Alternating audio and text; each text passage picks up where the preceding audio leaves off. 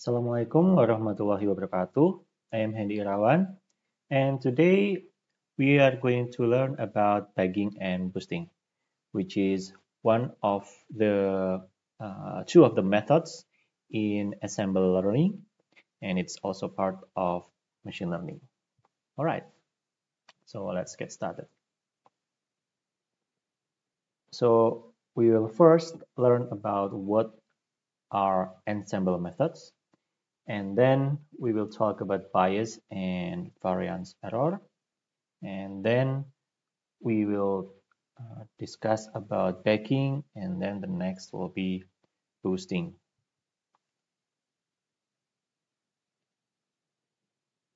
Okay, so what are ensemble methods? Ensemble methods is a meta algorithm that aims to help improve machine learning results by combining several machine learning techniques. So in this case, ensemble methods, it's not really a new machine learning technique or a new machine learning algorithm, but it's actually how we combine several machine learning algorithms when predicting or when training a model to get a result. So why is ensemble methods interesting? Because it turns out by combining several machine learning algorithms, if we do it correctly, then the performance of the model, the accuracy of the model, and sometimes also the speed of the model will be better. Okay, so there are several goals of ensemble methods. The first is to decrease variance, and the second goal is also to decrease bias, and then we can improve predictions. And each of the goals have a specific technique that we will discuss later. So is ensemble methods proven? Yeah, ensemble methods have been proven, and if you see a lot of machine learning competitions such as Netflix competition, Kaggle, and so on, usually the top winners are using ensemble methods. Okay, so let's explore when we should use ensemble methods and why does it work. There are several times when we want to use ensemble methods. So these are the reasons: statistical, computational, and representational. So statistically, if there is only a small amount of training data, we can use ensemble methods because sometimes a single machine learning algorithm is not working well with a small amount of training data. The other reason is for computational.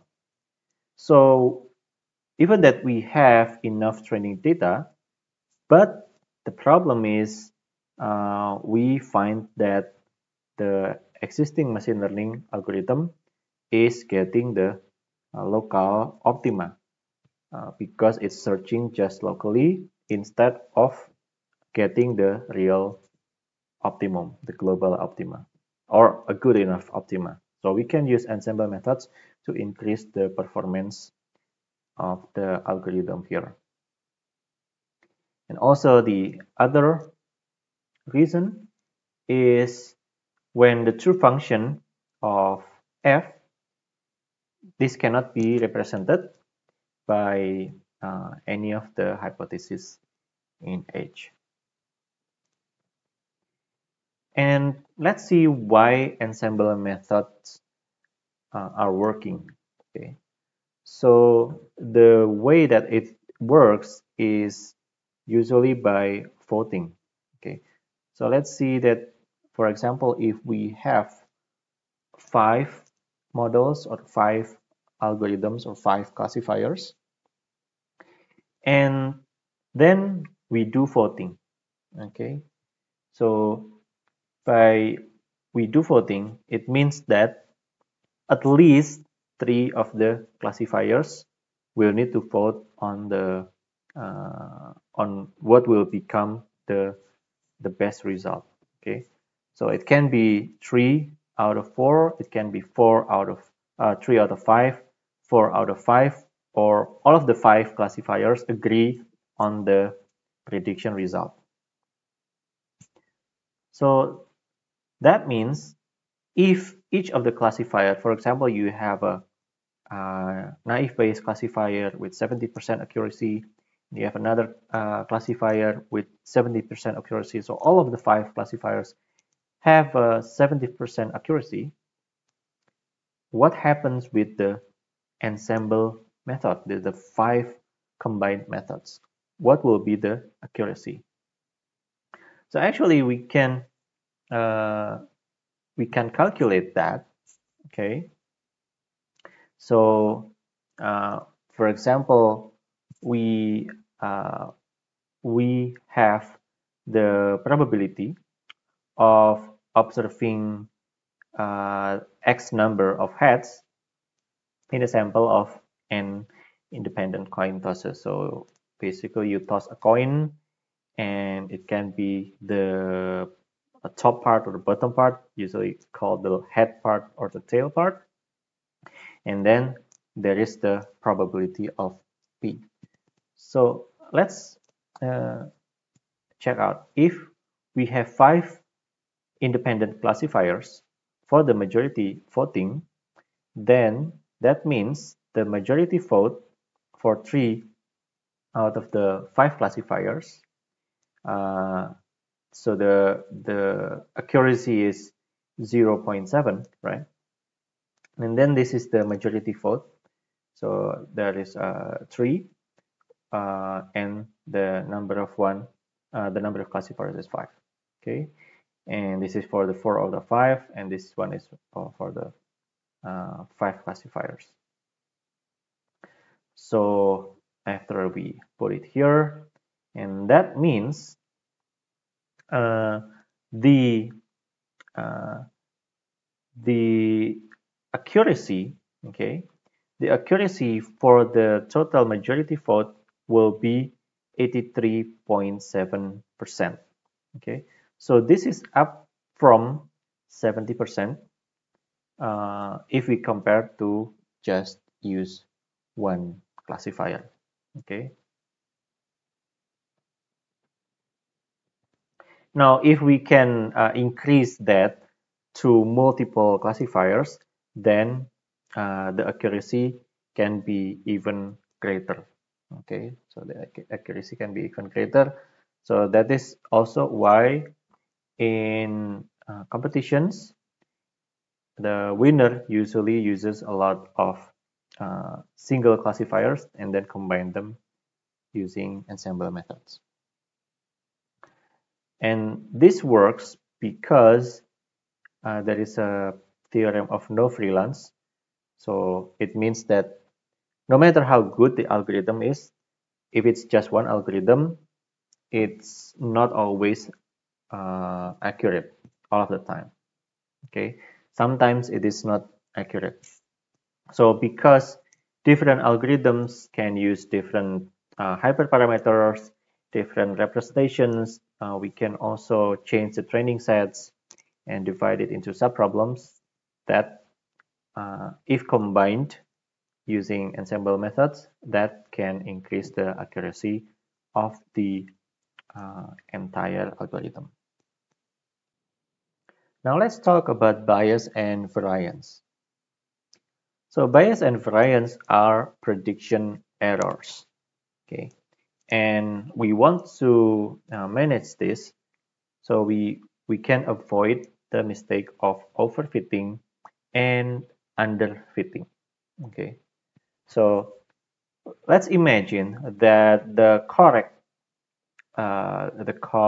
prediction output is this red area. So this the central one is the most correct one, or it's bullseye. Okay, so the ideal goal is that our machine learning algorithm can have a low bias and low variance. So it's basically very close to the ideal. Okay. So what happens if it has a high variance? So when it has a high variance, it means that it tends to stray away from uh, the actual answer, but it is spread around the actual answer. So this is high variance.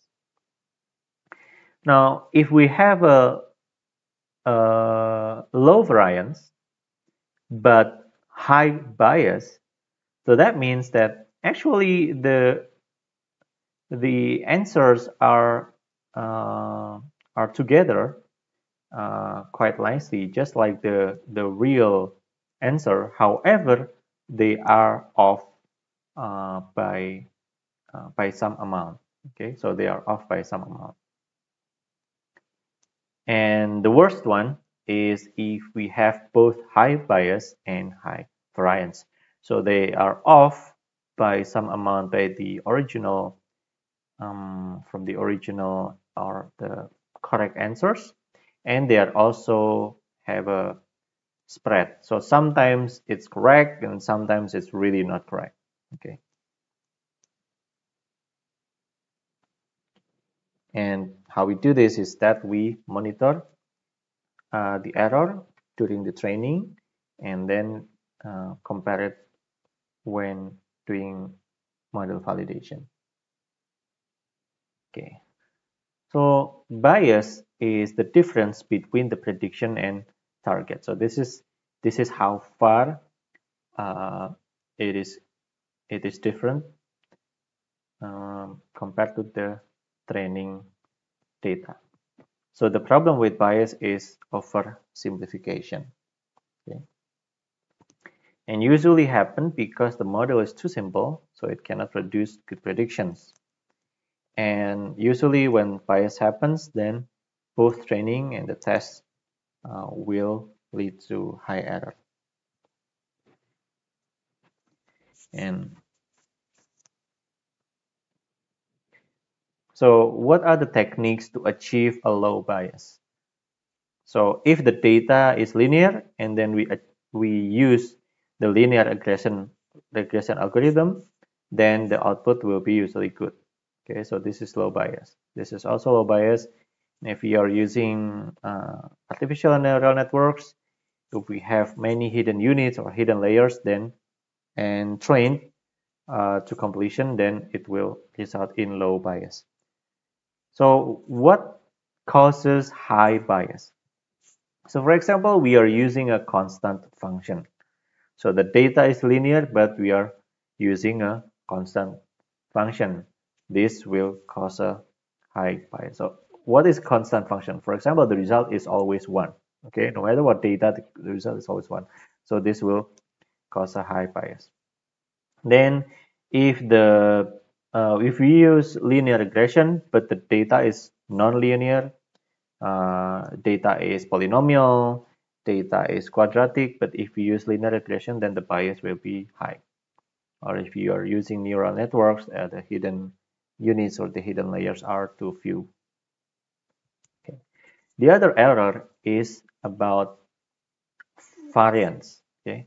So variance is the variability of the model. So this is how far the difference between the predictions of the model formed from training dataset with other datasets. Okay. So this is usually happen because the model is too complex.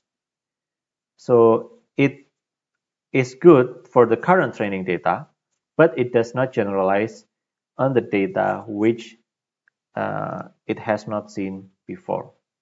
So this kind of model perform very well on the training data, but it has high error rates on test data.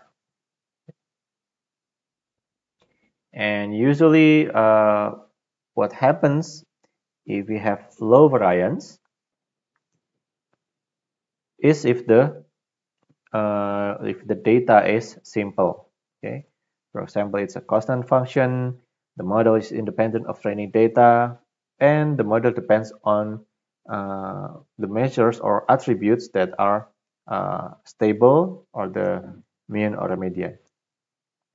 Now, what can cause a high variance? For example, if the data is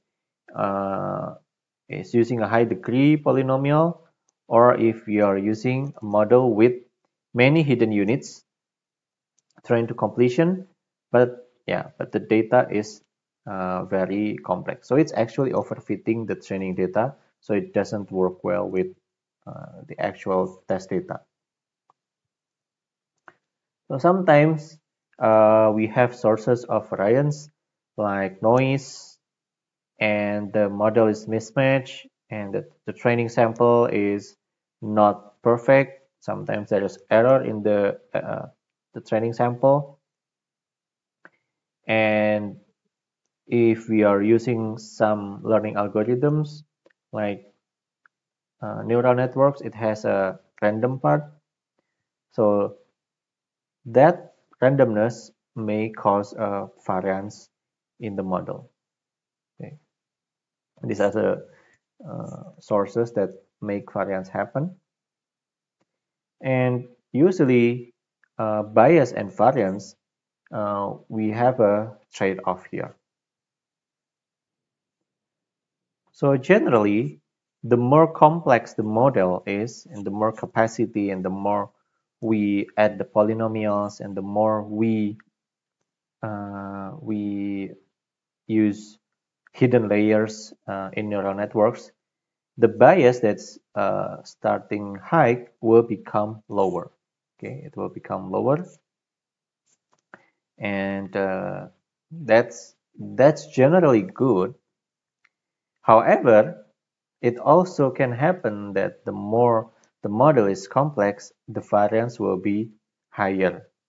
Yeah, because the model is overfitting the training data, so it's like by making it the bias very low, it can happen that actually the model can only work with that training data. So when we use test data, the variance will go higher.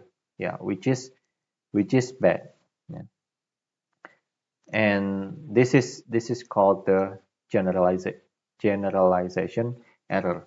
So generalization error is because the purpose of machine learning algorithm is to generalize a rule, okay, generalize a prediction based on training data, and then the machine learning can predict when given a new test data. So what we do is that, okay, so there is this optimal capacity where this is the best performance of the algorithm.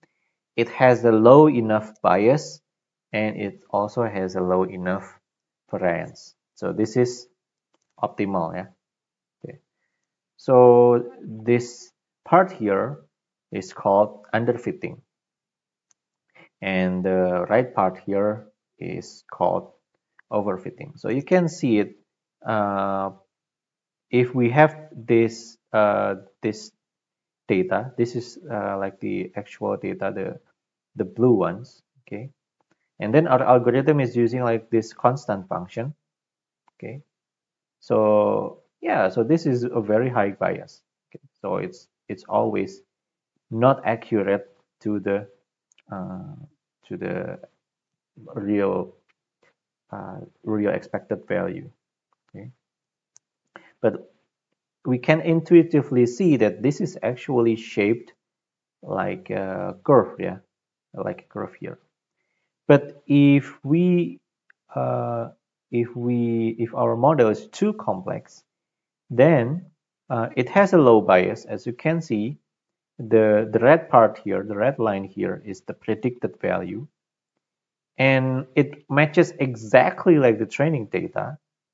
But the problem is the actual data is not shaped like this. Yeah, the better expectation is that we are using this one. So the prediction is shaped like a curve, and it has a low bias, so it's kind of close to the actual real data, but it's also uh, following the general shape of the expected data.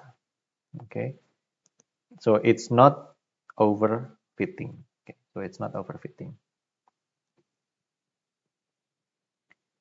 Okay, and we can use training, error, and error testing to measure bias and variance. Okay, so the more capacity or complexity that we have in the model, training loss will go down, and testing loss will, at first, the more training that we do, it will go, the more complexity that we have, testing loss will go down, which is good, but at some point, the testing loss will go higher because the model is overfitting.